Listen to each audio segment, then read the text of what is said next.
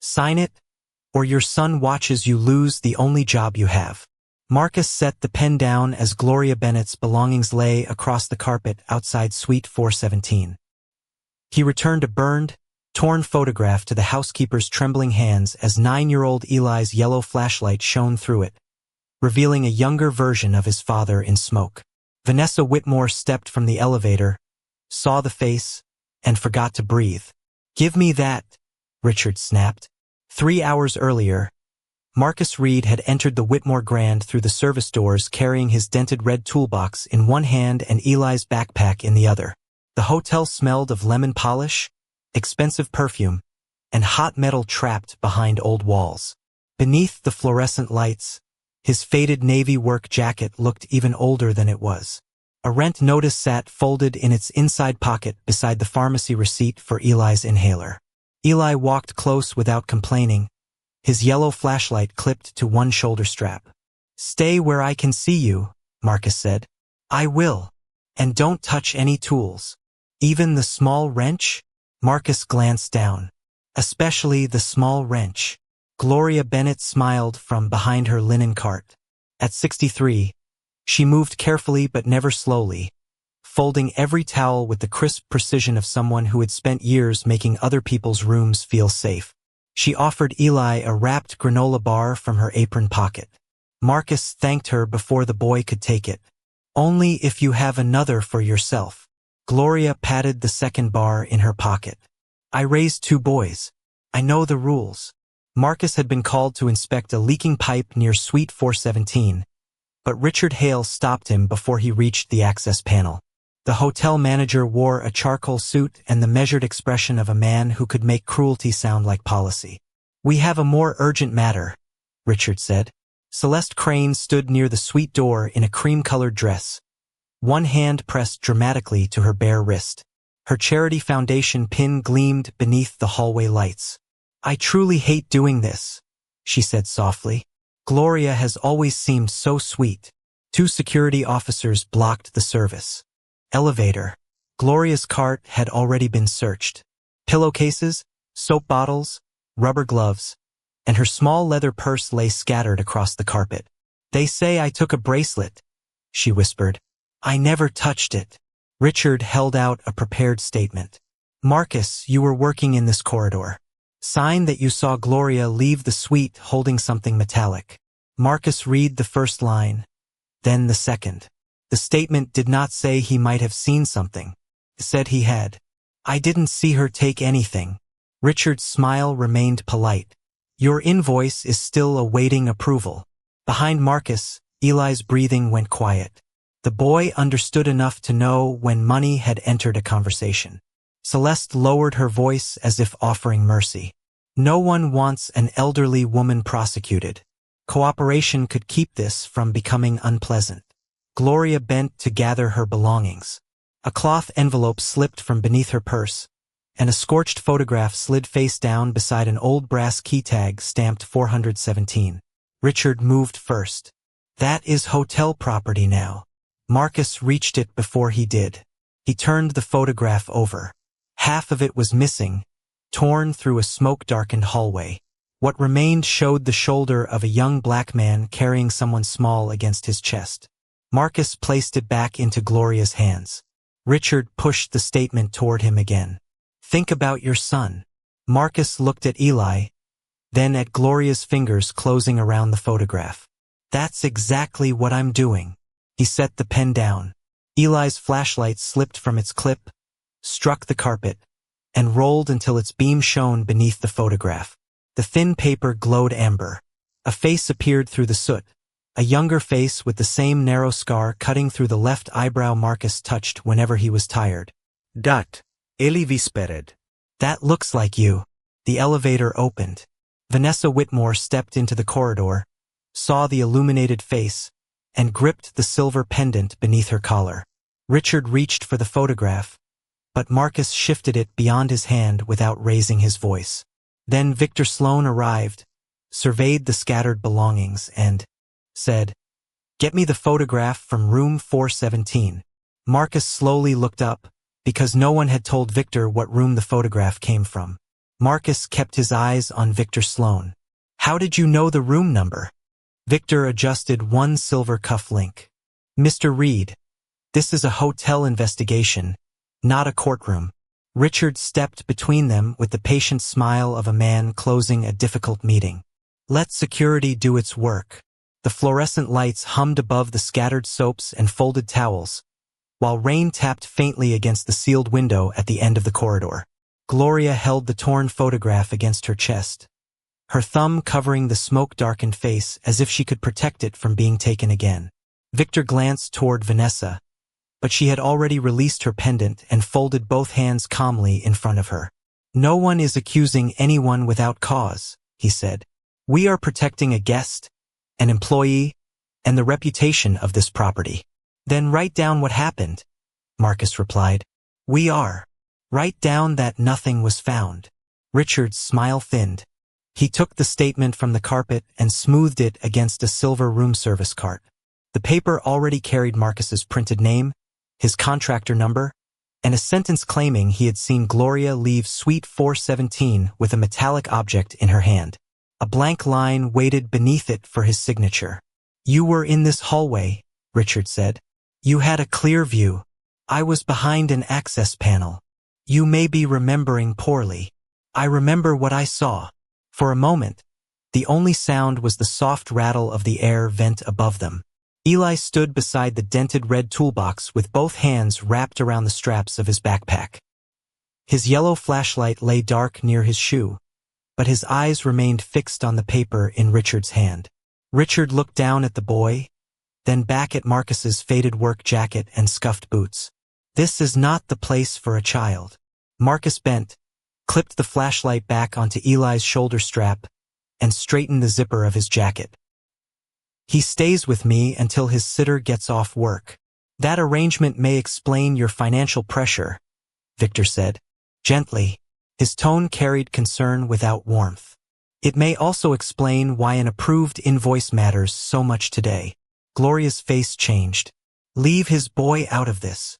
Gloria, Richard said, please do not make this harder. Harder for who? Marcus asked. Richard exhaled through his nose, then turned to one of the security officers.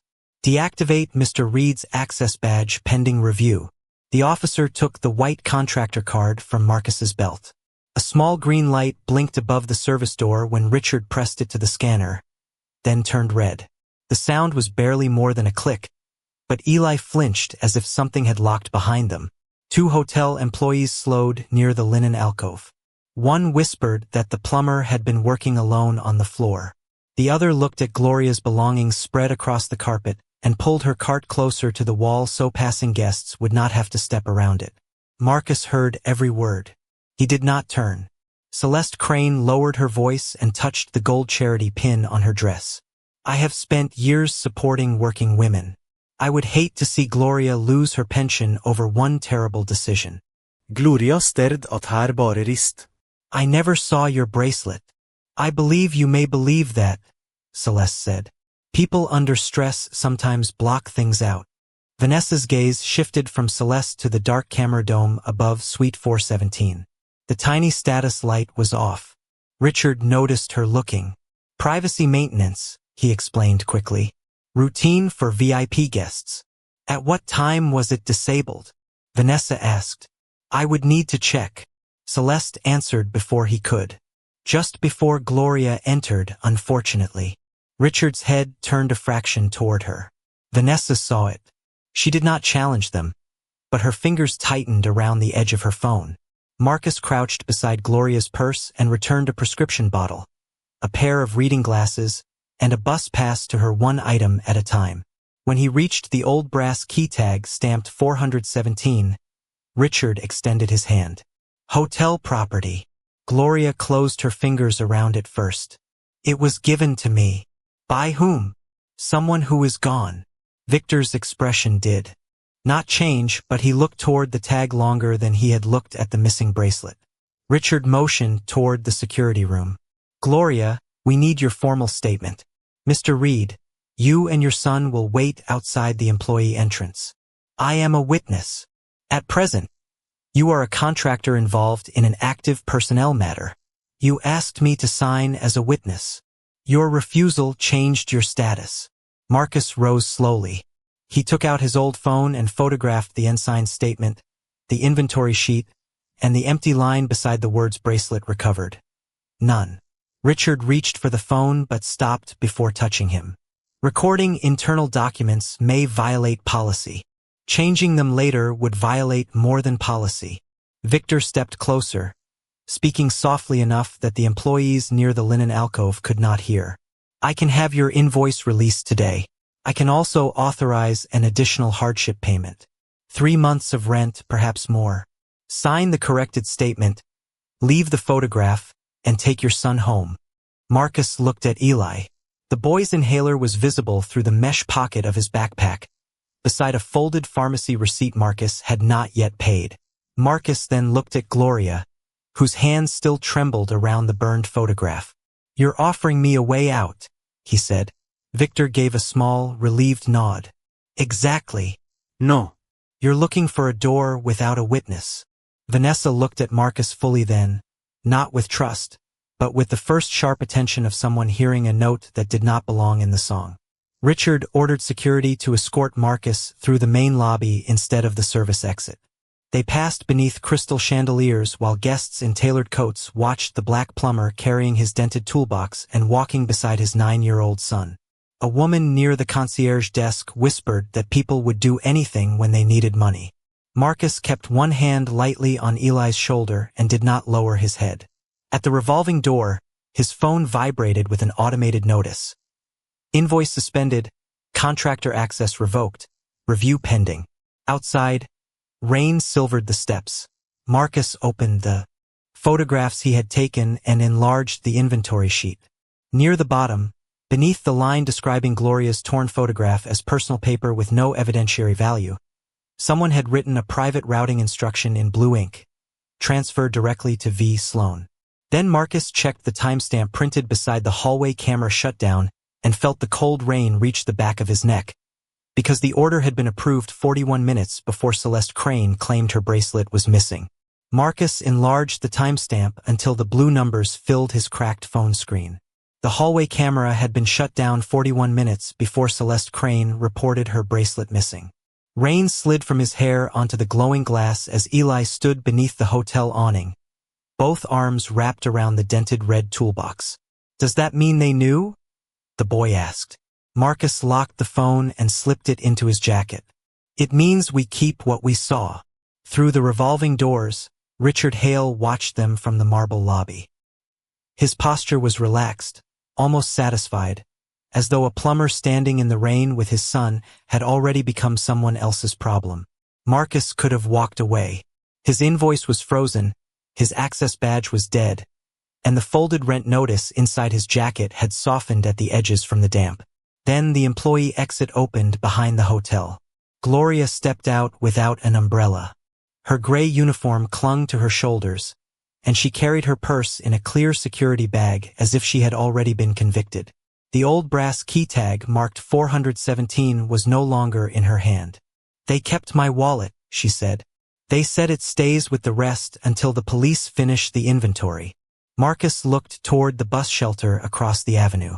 A city bus was approaching through the rain, its headlights blurred against the wet pavement. He opened his wallet. 2 $10 bills and 3 singles remained. Enough for 2 fares, something small for Eli to eat, and very little else. Take this, he said. Gloria shook her head. No. You have your boy. The next bus after this is an hour. Then I'll wait. Marcus placed the money in her palm and closed her fingers around it. You won't wait in wet clothes. Dad? Eli said quietly, looking from the money to the approaching bus. Marcus rested a hand on his shoulder. We're walking. Eli stared at the rain, then nodded with the solemn disappointment of a 9-year-old who understood there were moments when complaining would make something harder. Marcus removed his navy work jacket and draped it over Gloria's shoulders. Beneath it, the gray Henley he wore was darkening with rain. Gloria tried to give the coat back. You need this. I'm moving. You're standing still. People are going to think you're foolish. Marcus glanced through the glass doors at Richard. People already decided what to think. The bus brakes sighed at the curb. Before Gloria climbed aboard, she reached inside the clear bag and pulled out the cloth envelope containing the torn photograph. "They searched this 3 times," she whispered. Richard asked about it before he asked about the bracelet. She pressed the envelope into Marcus's hand. "Keep it away from the hotel." Marcus did not open it beneath the rain. He placed it flat inside the narrow document sleeve built into the lid of his toolbox, away from wrenches and damp gloves. "I'll keep it clean," he said. Gloria looked down at Eli. "Your father is a good man." Eli glanced up at Marcus, then back at her. "He fixes things." The bus doors folded shut between them. Marcus watched until Gloria found a seat, then lifted the toolbox and started walking with Eli through the rain. Neither of them saw Vanessa Whitmore standing beneath the hotel portico 20 yards away. Her assistant held an umbrella over them, but Vanessa's attention remained fixed on Marcus's jacket around Gloria's shoulders and the toolbox where the photograph had disappeared. "Have legal send him emergency assistance," she said. "Cash. No company letterhead." Her assistant hesitated. "Do you want him told it came from you?" Vanessa looked back at Richard, who was speaking into his phone behind the lobby glass. No. 40 minutes later, Marcus and Eli reached Gloria's apartment building, a narrow brick structure above a laundromat. The hallway smelled of detergent, old carpet, and onions frying behind a closed door. Gloria had arrived only minutes before them and was struggling with the lock because her fingers were still cold. "You didn't have to come," she said. Marcus held up the brass key ring security had dropped into his toolbox by mistake while searching the corridor. "These belong to you." Inside, water tapped steadily beneath the kitchen sink. A dark stain had spread across the cabinet floor and reached a cardboard box pushed against the pipe. Marcus set down the toolbox. "How long has that been leaking?" "A few days." "Why didn't you call maintenance?" Gloria gave him a tired look.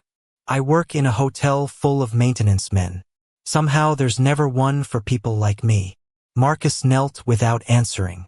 He shut the valve, caught the remaining water in a chipped mixing bowl, and replaced a split rubber washer with one from the small tin he carried for emergencies. Eli sat at the kitchen table, his wet sneakers leaving 2 dark shapes on the linoleum. Gloria placed a wrapped sandwich in front of him. "I saved it from lunch." Eli looked at Marcus before touching it. Marcus looked toward the nearly empty fruit bowl on Gloria's counter. "Split it 3 ways." "It's 1 sandwich," Gloria protested. "Then the math is easy." While Gloria cut it, Marcus lifted the damp cardboard box away from the pipe. The bottom sagged in his hands. Inside were old utility bills, church programs, a child's hospital card, and a larger cream envelope stained brown at one corner. He slid it free before the water reached the ink. The front carried the faded seal of Whitmore Risk Services and a laboratory tracking label dated May 2004. Beneath the label was a typed insurance reference. W417. Marcus took the cloth envelope from his toolbox and compared the dimensions. They matched. "Was the photograph kept in this?" he asked.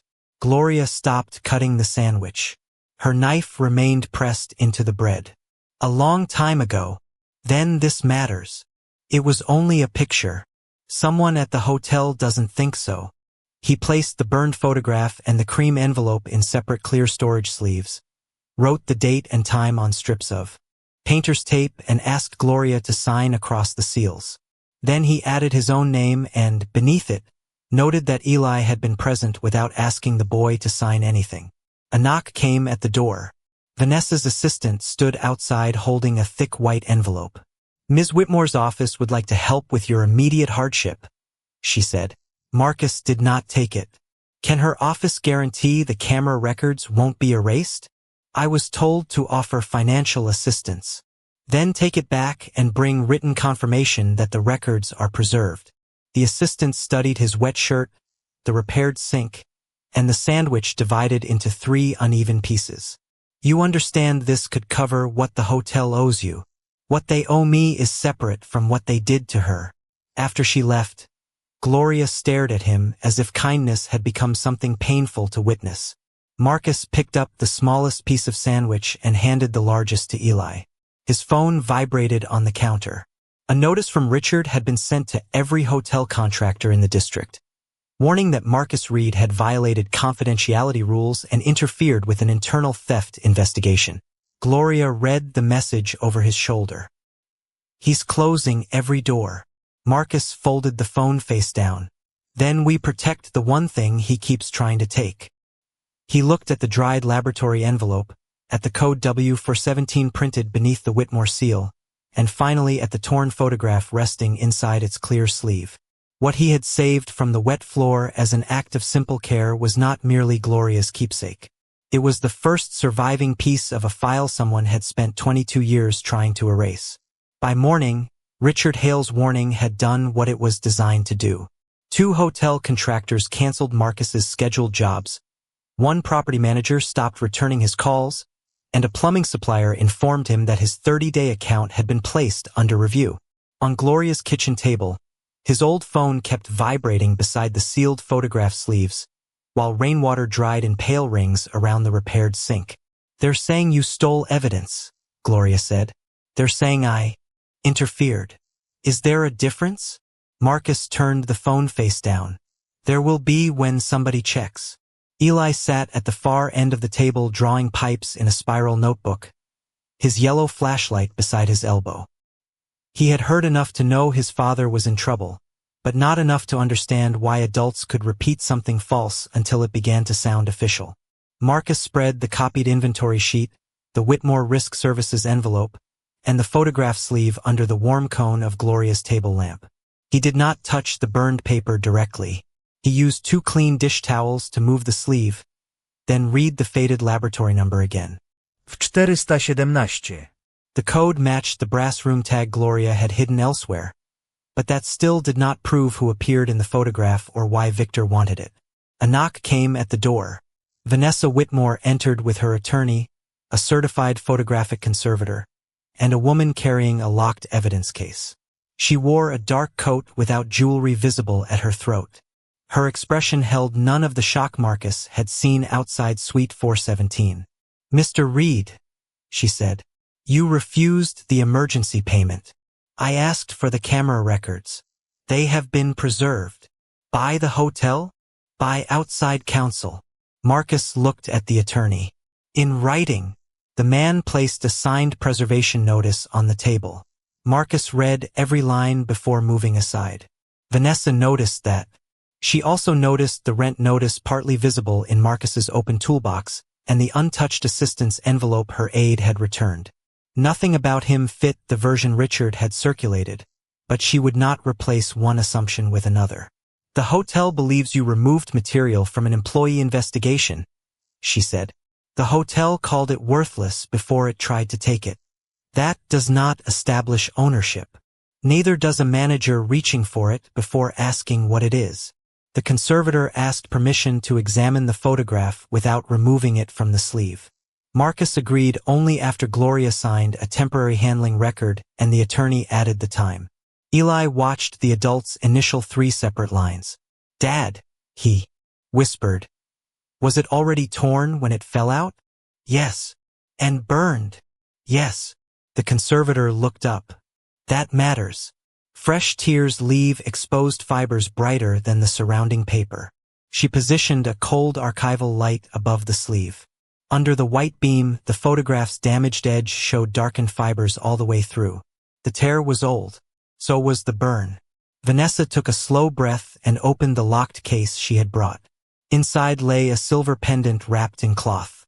She released a small catch on its back and removed a second piece of photographic paper, no larger than 2 fingers, burned along one edge and torn along the other.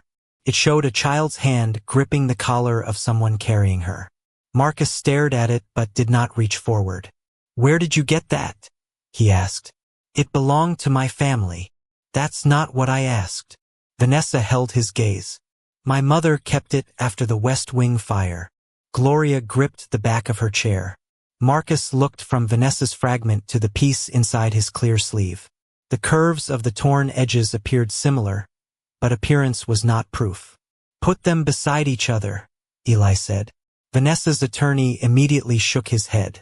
Not yet. Marcus nodded. He's right. Ellie frowned. But then we'd know. We'd know they look right, Marcus said. That's different. Vanessa's attention shifted to him again. She had expected urgency, perhaps even desperation.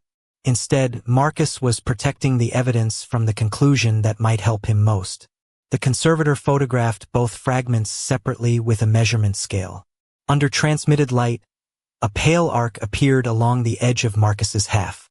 Vanessa's piece carried the continuation of the same arc, along with part of an old Whitmore crest. The shapes did not touch, but the missing line seemed to complete itself across the air between them. It could still be coincidence, Vanessa said. Her voice was controlled, but her thumb pressed hard against the edge of the table. Yes, Marcus replied. It could. The attorney then opened a digital folder containing the hotel's official fire report. According to the record, the unidentified young man who carried Vanessa from West Wing had died before emergency workers could obtain his name. A handwritten note listed the rescuer as presumed deceased. Marcus read the line twice. I woke up in a county hospital, he said. They had me listed as unknown male 17. Do you have records? Vanessa asked. Not with me. Then we verify them. That's what you should do. Her eyes narrowed slightly. You don't seem concerned that the report says you died. Marcus touched the narrow scar through his left eyebrow. I'm more concerned somebody needed it to say that. The room went still. Outside, a delivery truck groaned down the wet street. Inside, the conservator shifted the lamp lower, and Eli's flashlight rolled gently against his notebook. He picked it up and clicked it on without aiming at anyone. The beam passed through the side of Marcus's sleeve, and a faint watermark appeared beneath the soot. Half of the Whitmore crest and the upper curve of the number 4. Vanessa's pendant fragment held the other half of the crest. She did not move toward him. She only asked her attorney to arrange laboratory testing with Gloria present and a notary documenting every transfer. Marcus agreed, but he kept possession of his half. You still don't trust me, Vanessa said. I don't have enough evidence to trust anyone from that hotel. She accepted the answer without offense. Before leaving, her attorney handed Marcus a printout from the preserved security logs. The camera outside Suite 417 had gone dark for exactly 11 minutes under a guest privacy maintenance order created from Richard's account 41 minutes before Celeste reported the bracelet missing. Richard's written explanation claimed the timing was routine. Yet beneath the approval line sat a second authorization code belonging to a senior transaction consultant. The name had been masked, but the initials remained visible. VS Vanessa folded the page once and slipped it into her case without comment. Back at the hotel, she entered the records room alone and opened the archive index for West Wing. Every page was yellowed evenly except one. The sheet where W417 should have appeared had been torn from the binding so recently that the exposed paper along the spine was still white. The torn edge in the West Wing archive was still white when Vanessa's phone vibrated with an urgent maintenance alert from the hotel laundry. A pipe behind the industrial dryers had begun striking the wall hard enough to shake dust from the ceiling, and Richard's internal crew had spent 40 minutes trying to silence it. By the time Vanessa reached the service level, the sound had settled into a steady metallic rhythm. Bang! Pause. Bang! Pause. Richard stood beside the laundry supervisor with his suit jacket folded over one arm. Speaking in the calm voice he used whenever panic needed to look like management. It is only an old line reacting to pressure. Then shut it down, Vanessa said. We cannot close the laundry 6 days before a sale. Another blow traveled through the wall. The steel folding table trembled, and a stack of white towels shifted half an inch toward the edge. Richard glanced at the workers watching from between the machines. There is no reason to frighten the staff. Vanessa looked at the pressure gauge beside the main manifold. Its needle quivered near the red line, fell back, then climbed again. Call Marcus Reed. Richard's jaw tightened before his professional expression returned. His contractor status is under review. So is your camera order. For 1 second, neither of them moved. Then Richard took out his phone. Marcus arrived 27 minutes later wearing the same gray Henley and scuffed work boots from the previous day. His navy jacket was still with Gloria, and the dented red toolbox knocked lightly against his leg as he crossed the tiled floor. Eli stayed close beside him because the sitter's shift had not yet ended. The boy looked smaller in the cavernous laundry room, surrounded by stainless steel drums, hanging steam lines, and carts piled higher than his shoulders. Marcus stopped before the wall and listened. He did not open the toolbox. He did not touch the pipe. He simply tilted his head as the metal struck again. "How long?" he asked. 45 minutes, the laundry supervisor said. Richard answered over her. "It has happened before. We need the noise reduced until the ownership meeting is finished." Marcus watched the gauge rise. Who adjusted the relief line? No one adjusted anything. The locking paint is broken. Richard looked toward the red stripe across the valve stem. A thin crack ran through it. Normal wear. Marcus crouched and placed 2 fingers against the floor tile beneath the pipe. The vibration came through in short, sharp pulses. He glanced at the workers sorting sheets beside the dryers. "Clear this room." Richard gave a small laugh that was meant to reassure everyone else. "Mr. Reed, we asked for a repair, not a performance. Clear the room. You are no longer authorized to issue instructions here." Marcus stood and looked at Vanessa rather than arguing with him. "If that relief valve fails, the pressure has nowhere safe to go." "How long do we have?" she asked. A hard strike cracked through the wall. The gauge jumped. Marcus reached for the main shutoff. "Less time than this conversation is taking." Richard stepped in front of him.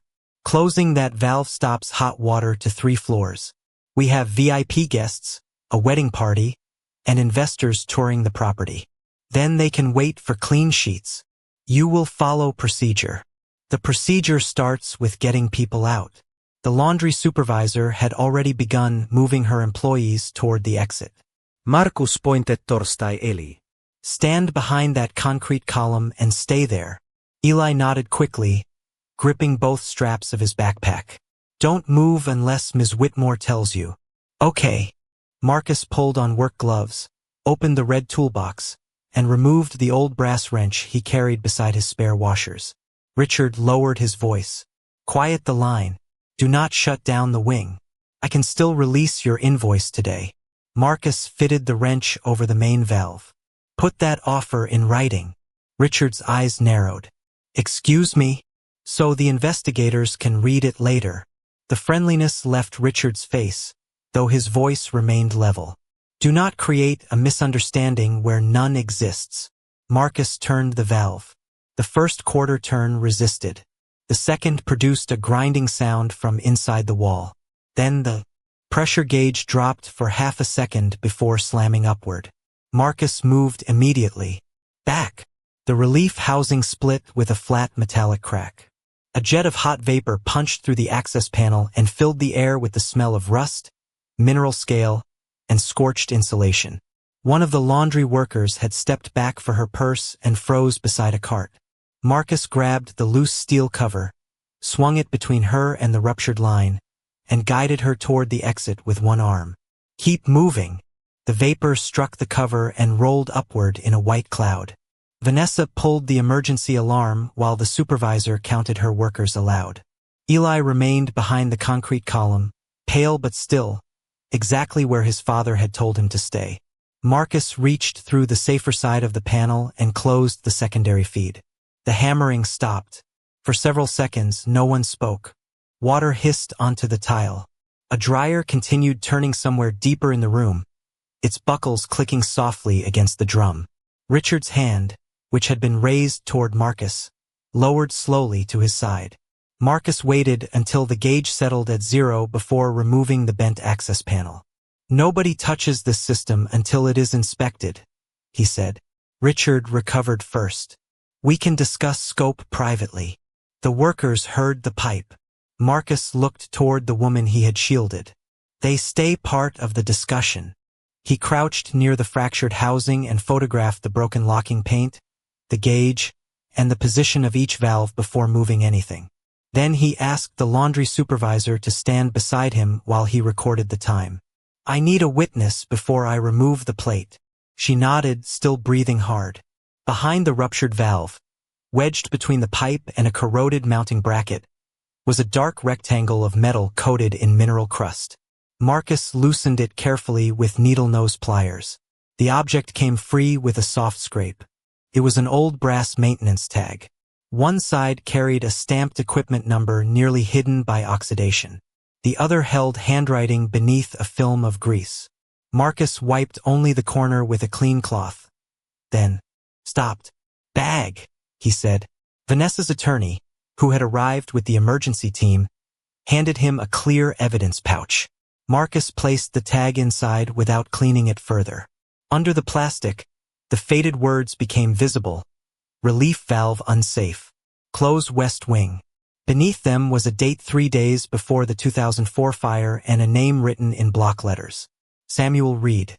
The room changed. A chair being dragged near the doorway stopped halfway across the tile. The laundry workers quit whispering. Even the hum of the ventilation system seemed suddenly louder.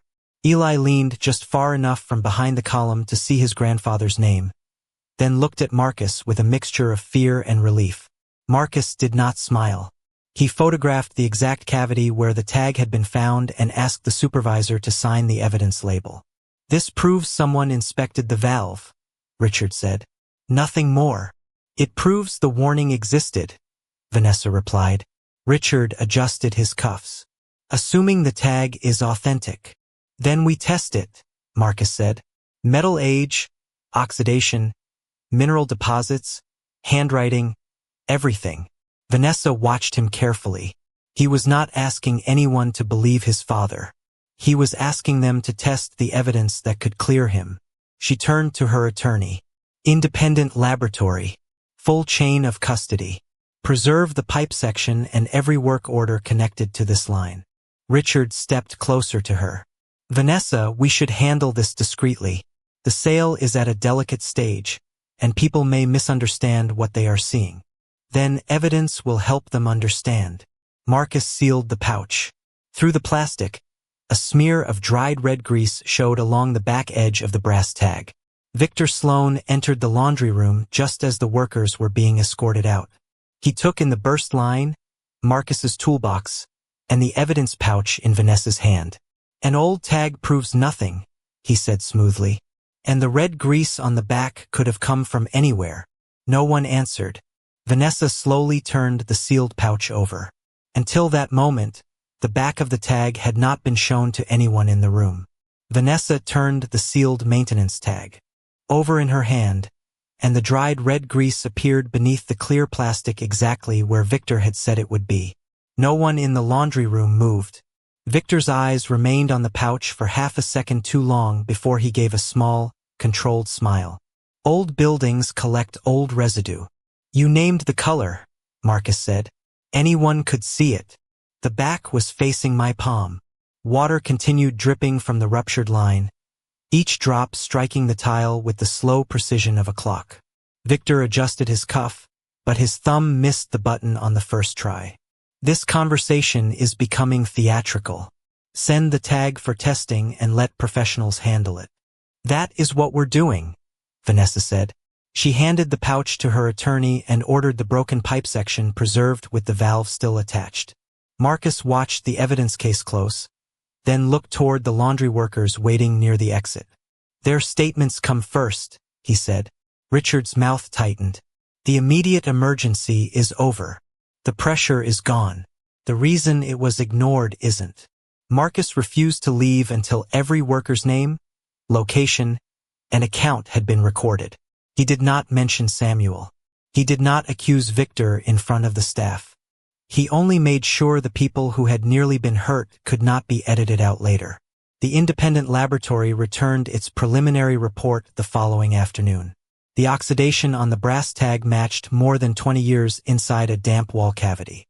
Mineral layers had formed over the handwriting, not beneath it, and the red grease contained an industrial pigment discontinued before the West Wing fire. Samuel Reed's warning had not been planted. It had been buried. Vanessa read the report twice in a small conference room above the hotel lobby. Rain pressed silver lines against the windows, blurring the city beyond the glass. Marcus sat across from her with his red toolbox near his boot, while Gloria kept both hands wrapped around a paper cup she had not touched. "This proves Samuel inspected the valve," Vanessa said. "It proves he warned them," Marcus replied. "It does not prove who ignored him." "Not yet." Gloria's cup crackled softly beneath her fingers. "I know where the rest might be." She led them that evening to a brick church 6 blocks from her apartment. The sanctuary was dark except for a row of amber lights along the aisle, and the building smelled of furniture polish, candle wax, and old hymnals. In the basement, behind folding tables and boxes of Christmas decorations, Gloria pulled a dented sewing machine case from a storage cabinet. Dust marked the knees of her uniform trousers when she knelt to open it. Inside were a cassette tape, a faded switchboard schedule, a child's hospital bracelet, and several folded pages held together with a rusting paperclip. Marcus did not reach for any of them. "Who else knows this is here?" he asked. "The pastor knew I stored a box. He never knew what was inside." "Why keep it here?"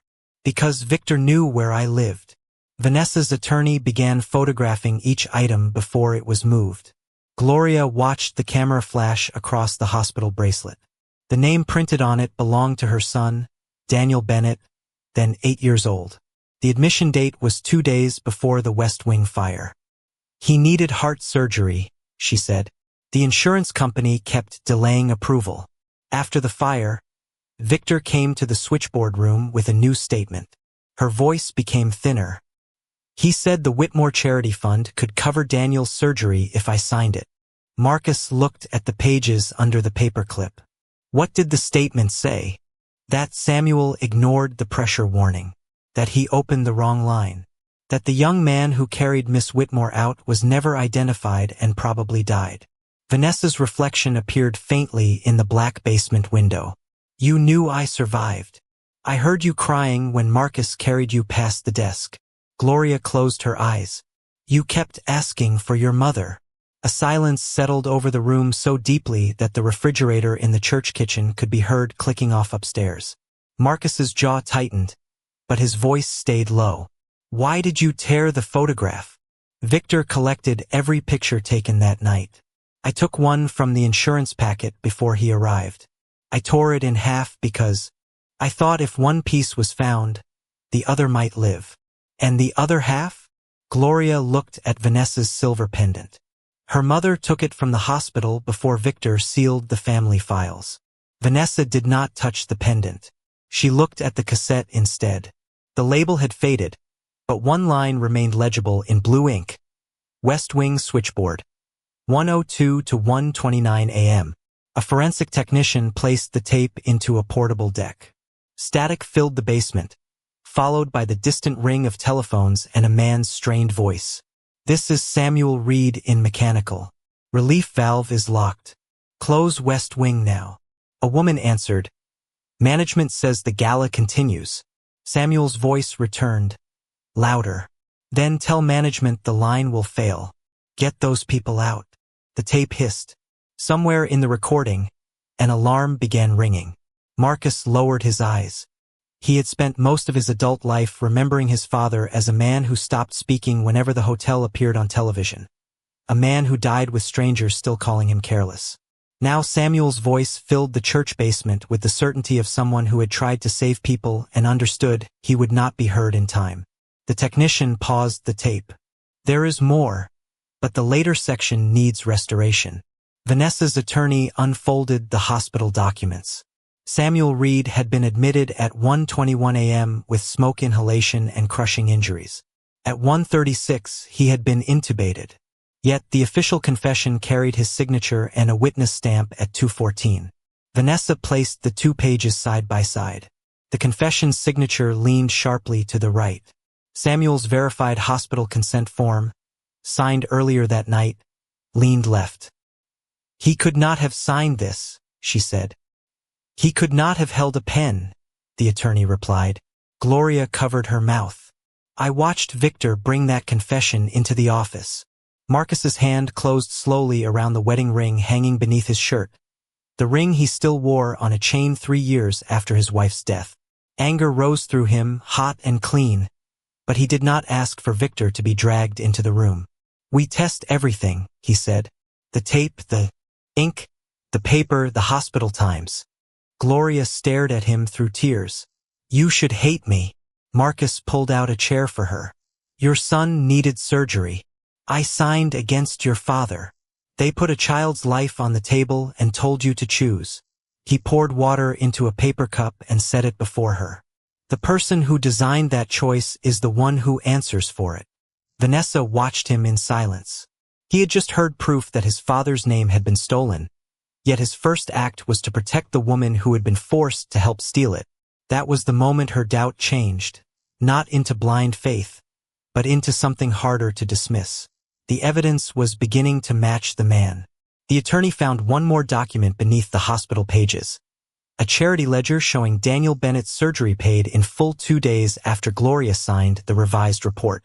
The authorization line carried Victor Sloane's initials. The payment description read Employee Compassion Relief. Vanessa's face went still. Her mother's charity had not merely helped a sick child. Someone had used it to purchase a witness. The next morning, Vanessa called a closed legal meeting at the hotel. Victor arrived with Richard and 2 board attorneys, carrying himself as if cooperation were an act of generosity. The cassette, hospital bracelet, lab report, and charity ledger sat sealed across the table. "These materials are emotionally compelling," Victor said, "but they do not establish misconduct by current management." "You approved the payment," Vanessa replied. "I approved hundreds of compassionate grants. And you knew the maintenance tag had red grease on its back." Victor looked toward Marcus.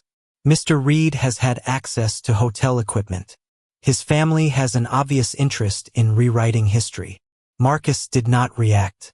He slid the official confession and Samuel's hospital timeline toward the center of the table. "How did my father sign this 38 minutes after they put a tube down his throat?" The ventilation system whispered above them. One of the board attorneys stopped turning a page. Richard looked toward the ceiling camera, then lowered his eyes. Victor removed his glasses and cleaned one lens with a folded handkerchief. "W417 was chaotic," he said. "Documentation errors happen during disasters." Vanessa's hand stopped on the charity ledger. "What did you call it?" Victor replaced his glasses. "The West Wing incident." No. "Before that." A pulse moved once in his temple. "I misspoke. No one outside the investigation had mentioned the missing archive code in that room." Vanessa's attorney quietly saved the meeting recording. Victor stood and buttoned his jacket. "This discussion ends until the board reviews counsel's concerns. I strongly advise you not to turn private grief into a public accusation." Marcus looked at Gloria before answering.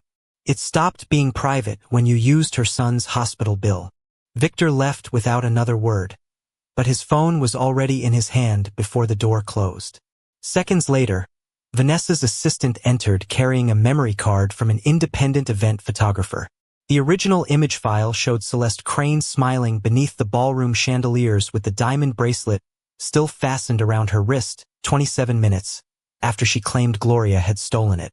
Vanessa placed the printed photograph beside the cassette, the hospital bracelet, and Samuel's impossible confession. The evidence no longer fit inside a private meeting, and by noon Victor had announced that the hotel sale would proceed before the entire board, the press, and every employee who had been told Gloria Bennett was a thief. By 10 o'clock, the glass gallery opposite Suite 417 had been turned into a stage. White chairs faced a polished signing table. Cameras stood behind velvet ropes. Hotel employees lined the walls in uniforms pressed so sharply that even their fear looked formal. Victor Sloane had chosen the location carefully. Through the gallery windows, everyone could see the hallway where Gloria Bennett's belongings had been dumped onto the carpet 3 days earlier. Marcus entered through the service doors carrying his dented red toolbox. His gray Henley was clean but faded, and the sleeplessness beneath his eyes could not be hidden by the steady way he walked. Eli held his father's hand until Vanessa's attorney, led him to a chair beside Gloria, safely behind the first row. The boy's yellow flashlight remained clipped to his backpack. Gloria wore a navy dress instead of her housekeeping uniform. She had chosen it because she did not want the room to see only the woman who cleaned up after other people. Still, when she saw the linen cart placed near the gallery entrance, her fingers tightened around the brass room tag marked 417. Victor stood beneath the Whitmore crest, smiling for the press. Today was meant to secure the future of this historic property, he began. Unfortunately, a painful misunderstanding has been exploited by individuals with financial and emotional motives. His voice carried easily through the gallery. No one had to be told whom he meant. Richard Hale sat beside the board attorneys with a folder open before him. Celeste Crane wore a pale suit and no bracelet. Her charity pin had been placed directly over her heart. Mrs. Crane reported valuable property missing, Victor continued. Management followed established procedure. A suspended employee then transferred hotel materials to a contractor whose family has spent decades disputing the official record of the West Wing fire. Marcus did not move. A photographer's shutter clicked twice. Victor turned toward him with an expression of practiced sympathy. Mr. Reed has faced obvious hardship. His invoice was delayed. His housing situation is unstable. His son requires medical care. Desperate circumstances can make old stories feel useful. A whisper moved along the employee wall. Eli looked down at his shoes. Marcus saw it and walked to him before answering anyone. He adjusted the boy's collar, crouched until they were eye level, and said, "You stay with Ms. Bennett and Ms. Whitmore's attorney. Are they going to say you lied?" "They already did." "What do we do?" Marcus placed one hand over Eli's. "We tell the truth once. Then we let the evidence do the rest." He stood and faced the signing table. Victor's smile had not changed. "Thank you for demonstrating the emotional nature of this situation," he said. Vanessa remained seated among the board members, wearing a dark suit and the silver pendant. Beneath her collar, she had not yet announced that she controlled the voting trust holding the largest share of Whitmore Grand. Victor believed the board could still declare her compromised by childhood trauma before she exercised that authority. "The sale should proceed," he said. "Private grief must not be allowed to destroy hundreds of jobs." "Then begin with the current accusation," Vanessa replied. Her tone was quiet, but every microphone caught it. Victor nodded as though granting a reasonable request. Celeste rose and dabbed beneath one eye with a folded tissue. "I never wanted Gloria punished. I wanted my bracelet returned and the matter handled discreetly. She had access to my room. The camera was down. Mr. Reed interfered with security and removed an item from the scene. Those are facts." Vanessa's attorney placed the original event photograph on the screen behind the board. It showed Celeste smiling beneath the ballroom chandeliers, her left hand lifted toward another guest. The diamond bracelet was still fastened around her wrist. A digital clock in the background read 2:45 p.m., 27 minutes after she said she had noticed it missing. The room shifted. One reporter lowered her pen. Richard stopped turning a page. Celeste looked toward Victor before speaking. "That clock was wrong." Victor moved in immediately. "Hotel display clocks are frequently reset. Metadata can also be corrupted when files are transferred." For several seconds, it seemed enough. One board attorney leaned toward another and whispered that the image did not establish an accurate timeline. Celeste's breathing steadied. Victor rested both hands on the signing table. "An unfortunate photograph cannot overturn an employee statement, security procedure, and the official fire investigation." The first retention spike passed through the room like a door closing. Marcus appeared to have evidence, but Victor had given every piece a respectable place to hide. Vanessa's attorney changed the screen. "This is the untouched raw file supplied by the photographer," he said. "Its internal clock matches 32 other images taken that afternoon. The ballroom clock appears in 6 of them. The hotel's own banquet log records that clock being synchronized at noon." Celeste's tissue stopped against her cheek.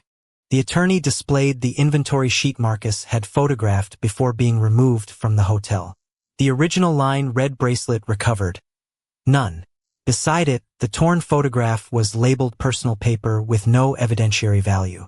The version later entered into Richard's personnel file omitted the empty recovery line and described the photograph as unidentified hotel property removed by contractor. Marcus walked to the end of the table and placed his old phone beside the printed pages. Why was my statement changed? Richard folded his hands. It was clarified after review. I never signed it. Your verbal account was inconsistent. Play my account. Richard's eyes moved briefly toward the ceiling camera. Vanessa noticed. The attorney played Marcus's recording from the corridor. His voice came through the speakers, calm and unmistakable. I did not see her take anything. A chair stopped scraping against the gallery floor. The hotel ventilation became suddenly audible. Victor lifted one hand.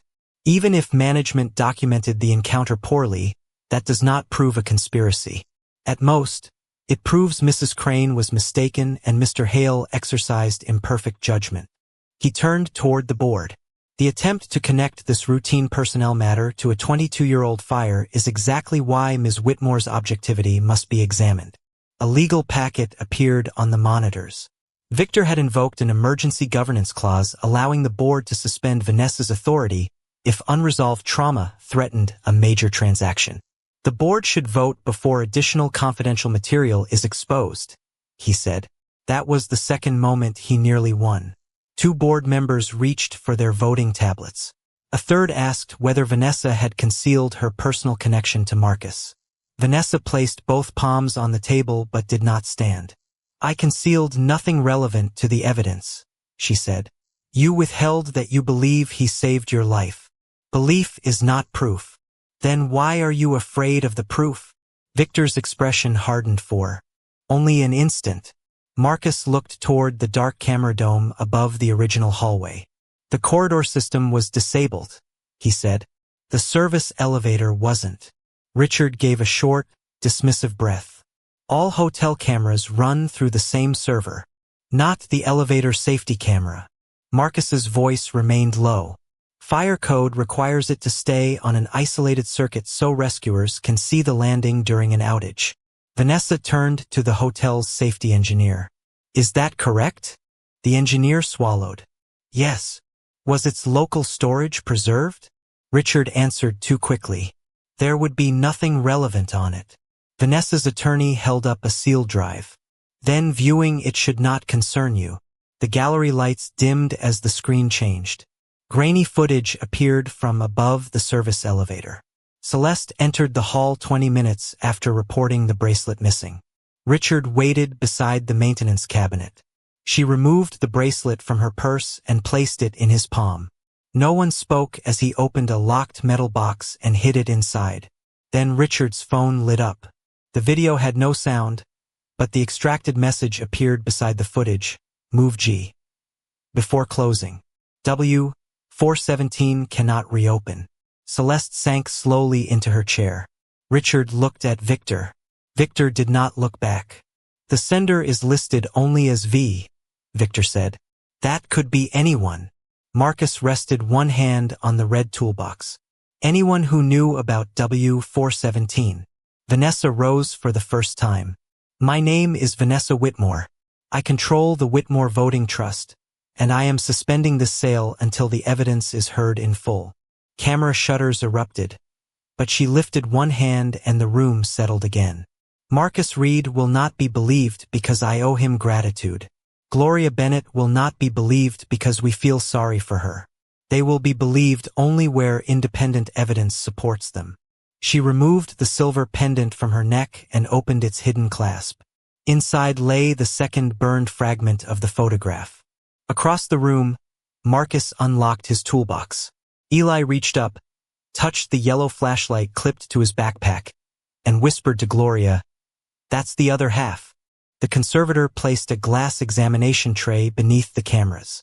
Vanessa set her fragment on one side. Marcus held the sealed sleeve containing Gloria's half above the other, and the entire gallery leaned forward as he broke the evidence seal.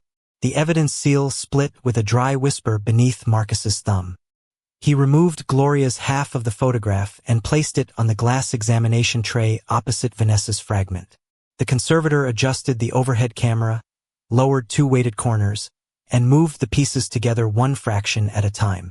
The torn fibers met first, then the burn line, then the faded arc of the Whitmore crest. On the screen behind them, the image became whole. A younger Marcus stood in a smoke-filled corridor carrying a little girl against his chest. Her small hand clutched his collar. The scar through his left eyebrow was clearly visible.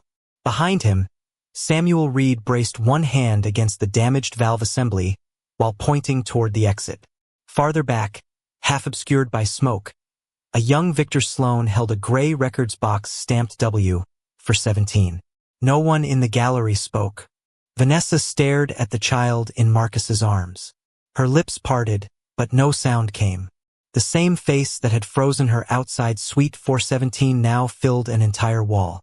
Marcus did not look toward the cameras. He looked at Gloria, whose hands were pressed together so tightly that the brass key tag marked 417 trembled between her fingers. "The paper fibers are continuous," the conservator said. "The emulsion pattern crosses the tear. The heat damage occurred before the photograph was separated. These pieces came from the same original print." Victor placed both hands on the signing table. "A photograph proves Mr. Reed was present. It does not prove misconduct." His voice remained controlled, but the last word came out dry. Vanessa's attorney slid the faded Whitmore Risk Services envelope beneath the document camera. The laboratory tracking number matched the code on the back of the photograph. W 417. The insurer's archive stamp showed the image had once belonged to the official fire file. The photograph was removed from that file before the archive page was torn out. The attorney said, "The envelope was recovered from Gloria Bennett's apartment. Its paper, adhesive, and ink have been authenticated." Victor lifted his chin. "Recovered by Mr. Reed, a man with a personal interest in the outcome."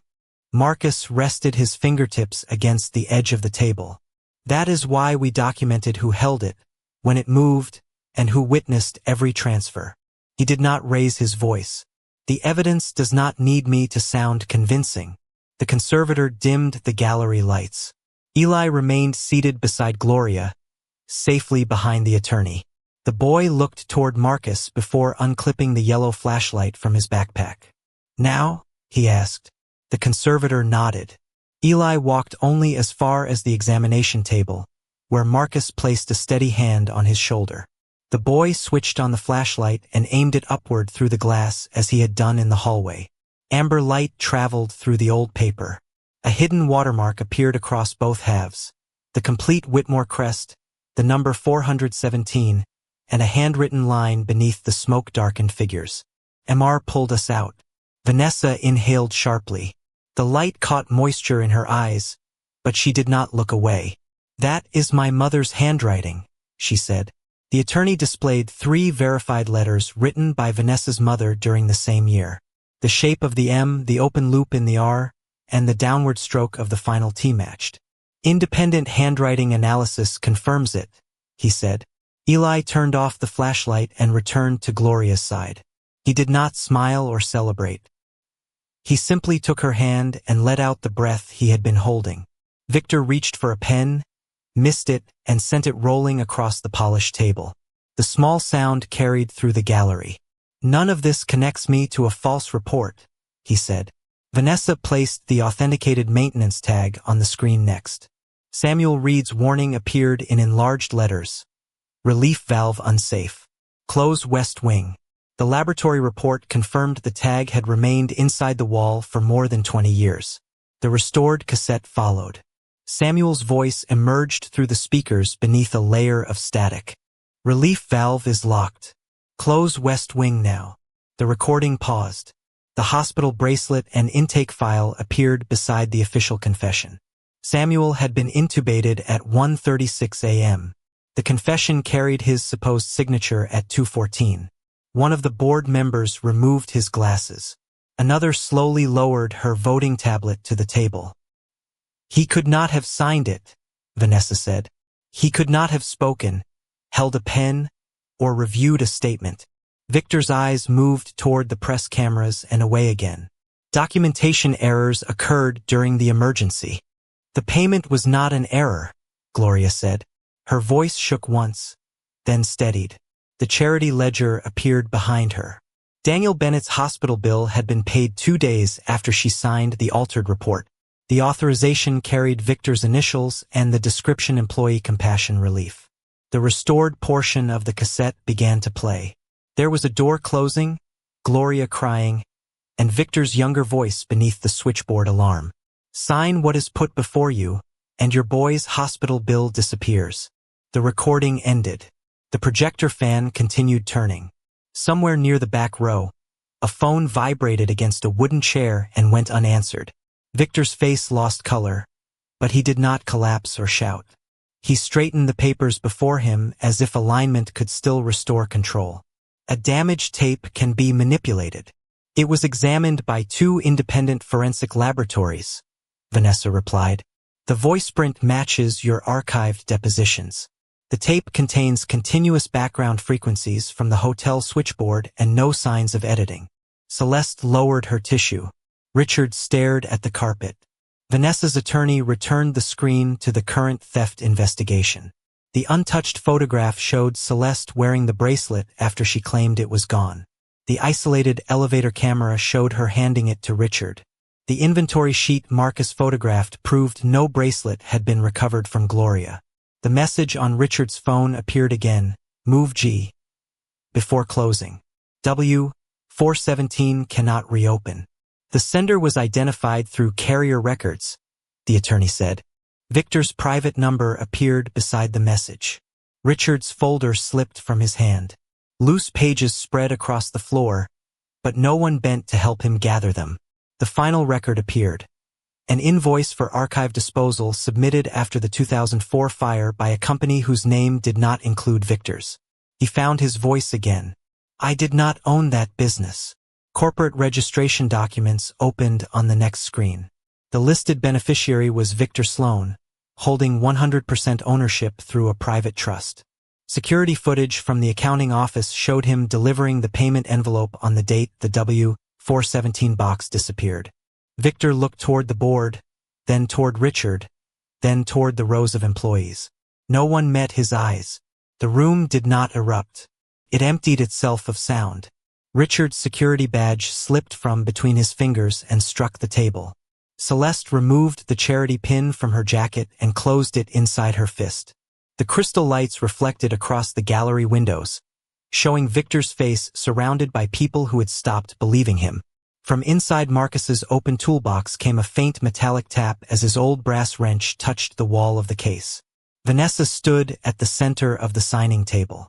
The sale is canceled pending a full fraud investigation.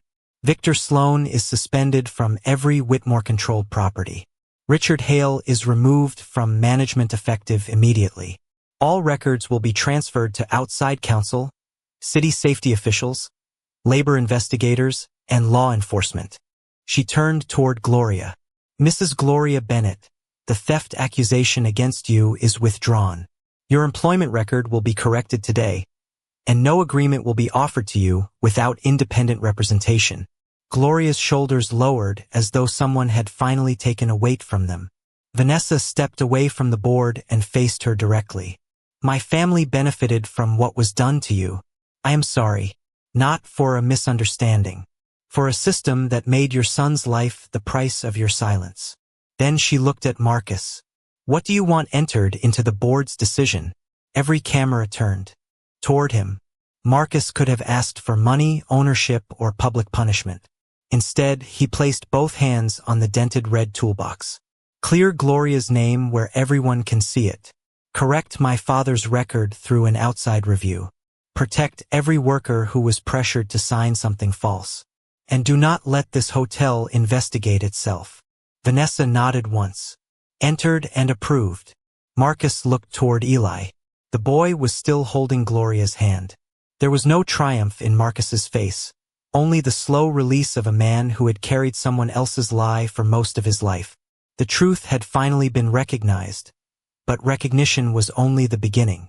Now Marcus had to decide what to do with the authority, opportunity, and gratitude that had arrived at his feet without ever being what he asked for. The gallery emptied without applause. Reporters packed their cameras, board members gathered documents they could no longer pretend were routine, and hotel employees moved past Gloria Bennett more slowly than before, some meeting her eyes for the first time. Victor Sloan left through a side door with outside counsel behind him.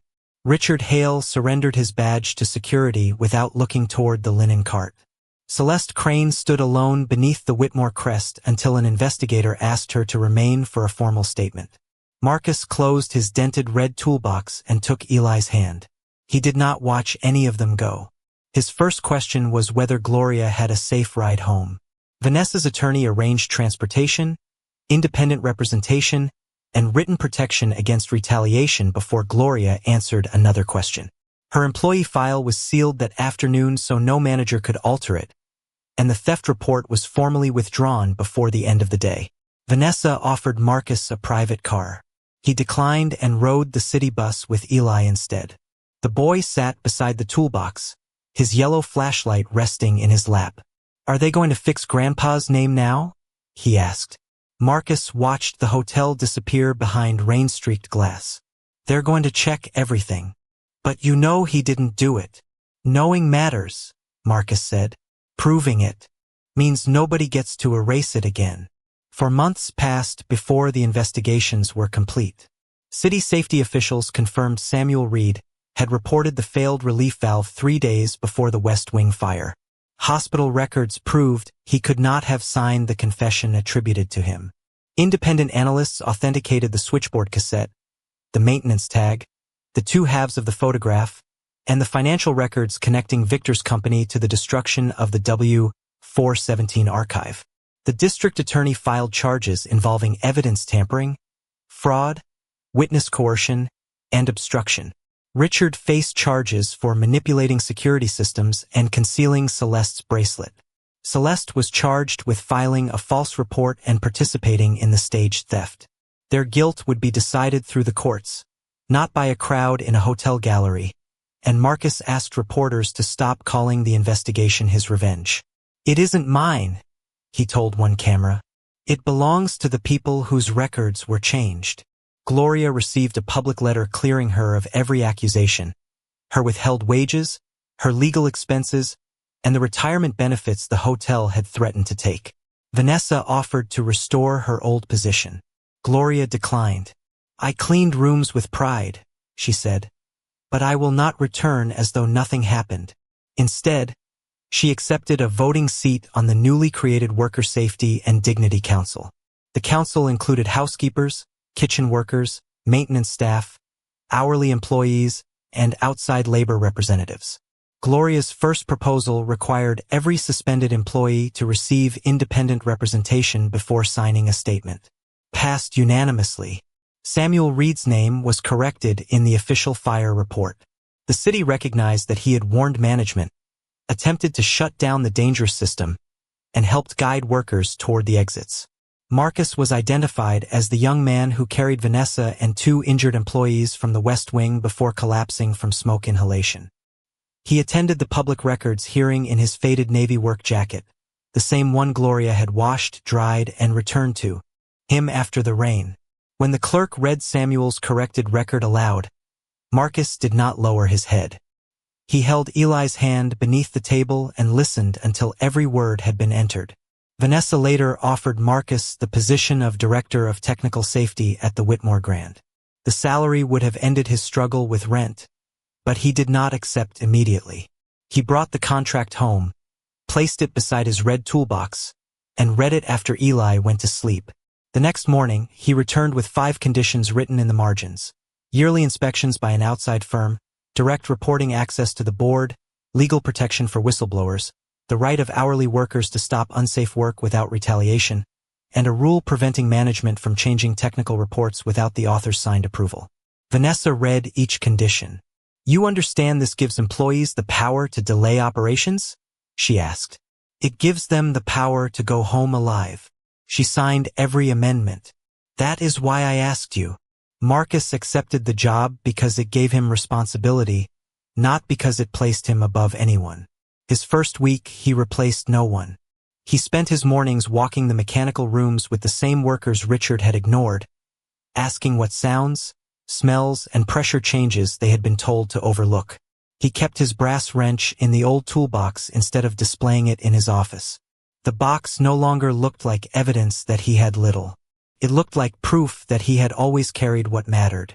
The West Wing remained closed until every system passed independent inspection. When it reopened, a simple bronze plaque was mounted near Suite 417. It named Samuel Reed, Marcus Reed, Gloria Bennett, and the hotel employees who helped evacuate guests that night. No one was called a hero above the others. The plaque recorded what each person did. Eli stood on the floor beside his father while Marcus tightened the final screw. The boy held the yellow flashlight upward, keeping the beam steady on the metal. "Grandpa would know they fixed it, right?" Eli asked. Marcus tested the plaque with one hand. "We know." He looked at the engraved letters. "And this time they wrote it where nobody gets to erase it." Vanessa stood a few feet away without photographers, assistants, or board members. She had learned not to enter every moment with the authority to change it.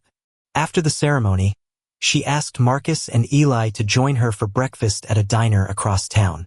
There were no private rooms or silver trays, only red vinyl booths, chipped coffee mugs, and the smell of pancakes on a hot griddle. Eli colored on the paper menu while Vanessa told Marcus she did not expect gratitude to become a relationship. "You saved my life," she said, "but that does not give me a claim on yours." Marcus stirred his coffee slowly. "I'm not ready to let one night 22 years ago decide what happens next. Then it won't." She respected the boundary. What grew afterward came quietly. Conversations after safety meetings, Vanessa listening when housekeepers challenged a policy, Marcus noticing that she made changes even when he was not present to approve of them. Respect arrived first.